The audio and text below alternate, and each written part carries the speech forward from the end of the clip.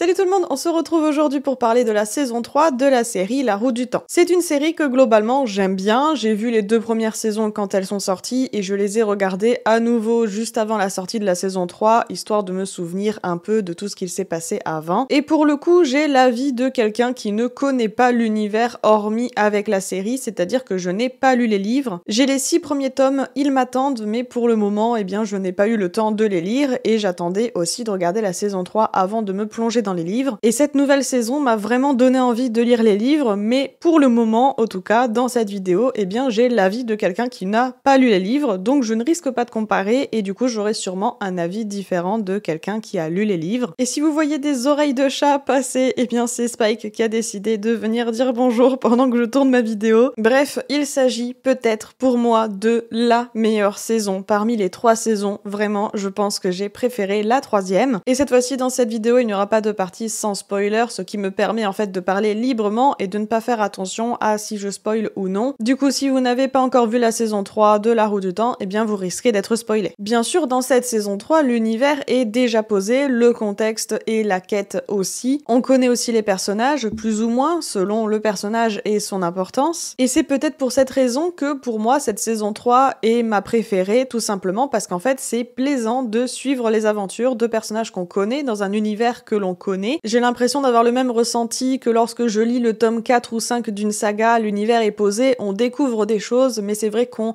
retrouve en fait un contexte qu'on apprécie, et on n'a pas tout le côté présentation qui prend quand même du temps. Et je peux prendre un exemple concret avec La Roue du Temps, puisque les réprouvés par exemple, on connaît plutôt bien Lanfear, mais beaucoup moins les autres, donc on va les découvrir et c'est plutôt plaisant. C'est d'ailleurs Moghedien qu'on découvre le plus et elle est tellement puissante, et c'est un personnage que en même temps j'adore et en même temps je la trouve horrible. Bref, sinon la saison commence super fort. Dès l'épisode 1, on rentre vraiment dans le vif du sujet avec le combat qui montre toutes les personnes qui font partie de l'Âge Noir. Ça commence vraiment tout de suite avec de l'action et c'est vrai que c'est assez plaisant et on a droit à un moment très très rare dans cette série. Même s'il y a la guerre, les traques, les complots, nos 5 personnages de Deux-Rivières sont réunis pour ce début de saison 3 et on les voit même rigoler et passer de bons moments, mais bien sûr ça ne dure pas et ils vont à nouveau être séparés. Mais c'était quand même assez plaisant de les retrouver ensemble et de les voir ensemble, ne serait-ce que pendant quelques minutes avant que leur chemin se sépare. Et c'est clairement pas plus mal que leur chemin se sépare puisqu'ils sont tous particuliers, ils ont tous des pouvoirs même différents, ils ont tous une histoire à eux et c'est vrai que c'est assez plaisant de les voir chacun de leur côté évoluer et avancer puisque tous ensemble ce serait juste un fouillis général et ça serait pas forcément très intéressant, mais on les a vus ensemble au moins un petit peu et ça c'est top. Alors bien sûr ils partent tous chacun de leur côté mais avec une quête particulière, ils ont tous en fait quelque chose à faire en lien avec le dragon bien évidemment, et j'ai eu cette impression dans cette saison de ne pas être trop perdu et de comprendre globalement ce qu'il se passe et de ne pas passer en fait à côté de l'histoire et de ne pas comprendre. En fait c'était une sensation que j'avais quand même un peu en saison 1 et saison 2 parce que je découvrais l'univers, je découvrais l'histoire et j'essayais de comprendre en fait ce qu'il se passait, que là c'est vrai que j'ai beaucoup moins cette impression. Alors est-ce que le fait d'avoir regardé à nouveau la saison 1 et la saison 2 juste avant la sortie de la saison 3 m'a aidé? Peut-être, mais en tout cas voilà, j'ai cette impression de comprendre et de suivre les aventures sans trop galérer et c'est plutôt un ressenti qui est assez plaisant. Et même si on a quand même beaucoup de personnages dans cette série, il y a vraiment beaucoup de personnages,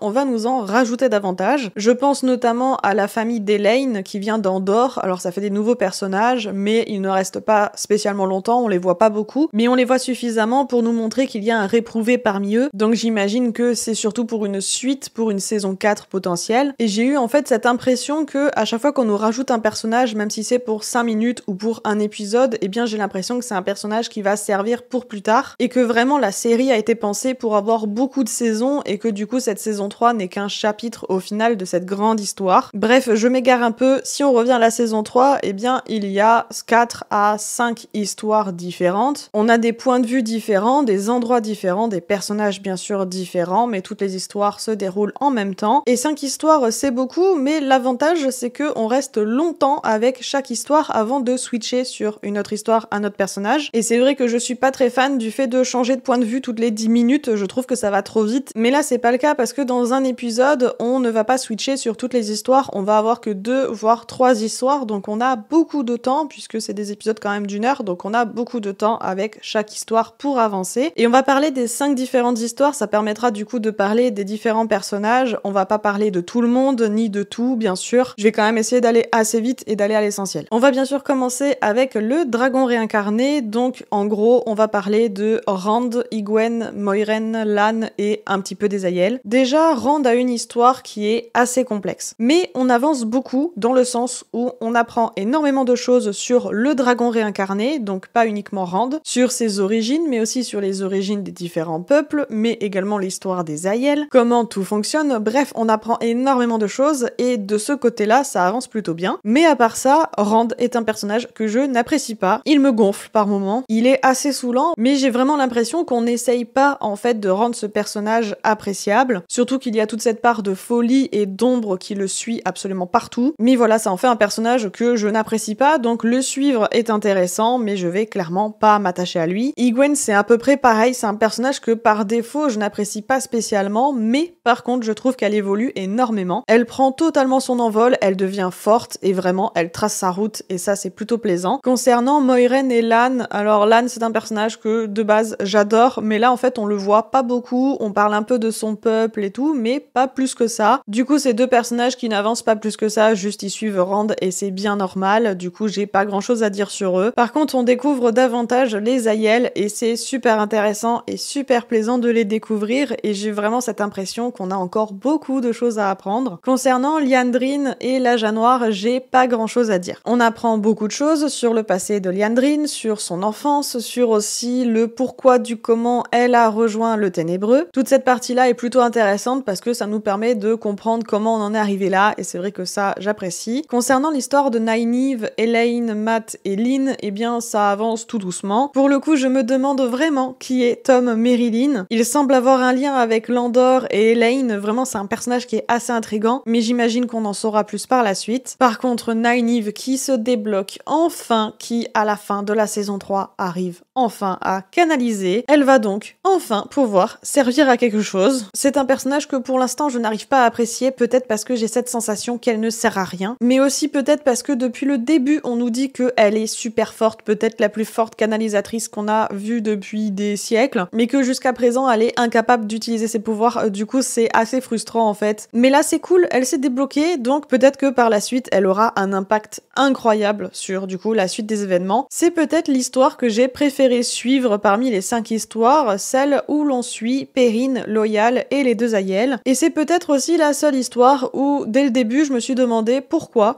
passer autant de temps avec eux alors que leur histoire ne fait pas avancer l'histoire principale. Et après, on a retrouvé Alanna et Maxime en quête de femmes qui peuvent canaliser. On reviendra sur Alanna et Maxime un peu plus tard. Et puis finalement, Perrine est là pour défendre son peuple qui en a bien besoin. Et du coup, indirectement, ça impacterait l'histoire principale s'il se passait quelque chose à Deux-Rivières, puisque ça impacterait Rand et les autres, et donc là, bien sûr, il y a un intérêt. Pour autant, même si j'étais un peu sceptique au début, eh bien, c'est l'histoire que j'ai préférée. Déjà, j'adore Perrine et Loial, donc ça part plutôt bien. Et en plus, on a Perrine qui évolue énormément. Alors lui qui voulait juste rentrer chez lui, eh bien, finalement, il va se passer plein de choses. Et en plus, il y a de l'action et même une bataille, donc c'est merveilleux, moi j'ai adoré. À la toute fin, Perrine devient prisonnier, alors j'imagine qu'il ne va pas mourir, j'espère qu'il ne va pas mourir, sinon je vais être très déçue et j'aurai vraiment pas trop envie de regarder la suite, donc j'espère qu'il ne va rien lui arriver, on verra. On va revenir aussi sur Alanna, Maxime et Yvon, alors j'étais sûre que l'un des deux combattants allait mourir malheureusement, et même si c'est super triste, eh bien je trouve que c'est super intéressant de voir comment un trio qui devient un duo fonctionne. Pour le coup, ils doivent affronter ça ensemble ou se détruire et se séparer. Alors déjà que de base, Alanna est un personnage que j'adore, eh bien Alanna et Maxime, c'est mon duo préféré. C'est vrai que ce sont des personnages qu'on ne voit pas souvent, mais c'est vraiment très plaisant de les retrouver. Et enfin, la dernière histoire avec la Tour Blanche et Siuan, eh bien c'est une histoire que je n'apprécie pas spécialement, mais qui est néanmoins nécessaire. C'est vraiment la partie complot, politique, manipulation, secret, et c'est pas spécialement ce que j'apprécie de base. Et la fin est vraiment tragique pour Siuan et aussi du coup pour Moiraine. Après, je m'y attendais un peu, donc voilà, j'étais pas très surprise de cette conclusion. J'en parle pas souvent dans les vidéos, mais c'est vrai que là, j'ai trouvé que la bande son est juste magnifique, les musiques sont incroyables. Bref, globalement, on peut dire que j'ai adoré cette saison 3, mais il y a pour moi un gros point négatif de cette saison, mais aussi globalement pour la série série, c'est que globalement j'ai cette impression que ça n'avance pas. C'est un rythme où il y a de l'action, où il se passe des choses, mais que au final, lorsque j'ai fini de regarder la saison, j'ai cette impression que ça n'a pas avancé, mais qu'on a quand même appris des choses. Mais c'est le rythme de cette série, c'est comme ça qu'elle a été pensée et qu'elle a été conçue. Et pendant le visionnage, j'enchaîne les épisodes, je n'ai pas spécialement envie de m'arrêter, je veux au contraire lancer les épisodes les uns après les autres et aller jusqu'au bout de la saison. Mais c'est vraiment une fois terminé que j'ai vraiment cette impression que globalement ça n'a pas avancé. Et ça se ressent qu'on adapte une histoire qui est très vaste, avec du coup des saisons qui donnent l'impression que c'est un chapitre, et que du coup dans 5 saisons on n'aura toujours pas terminé, et même au contraire qu'on sera que au début de cette grande histoire. Donc au final, ce point négatif de avoir l'impression de ne pas avancer n'est pas vraiment un point négatif, dans le sens où j'apprécie quand même de regarder parce que c'est un rythme assez particulier. Là pour le coup c'est un point négatif qui est pas tout noir mais plutôt un peu gris. Bref, je sais même pas si ce que je viens d'expliquer a du sens, mais voilà, cette vidéo est maintenant terminée, j'espère qu'elle vous a plu. Si c'est le cas, comme d'habitude, n'hésitez pas à mettre un petit pouce en l'air, ça aide énormément la chaîne, à vous abonner et à me dire en commentaire si vous avez vu cette saison 3 et ce que vous en avez pensé. Sur ce, je retourne à mon visionnage de You, on en parlera bien sûr en vidéo dès la semaine prochaine, et sur ce, je vous dis à bientôt pour une prochaine vidéo. Ciao!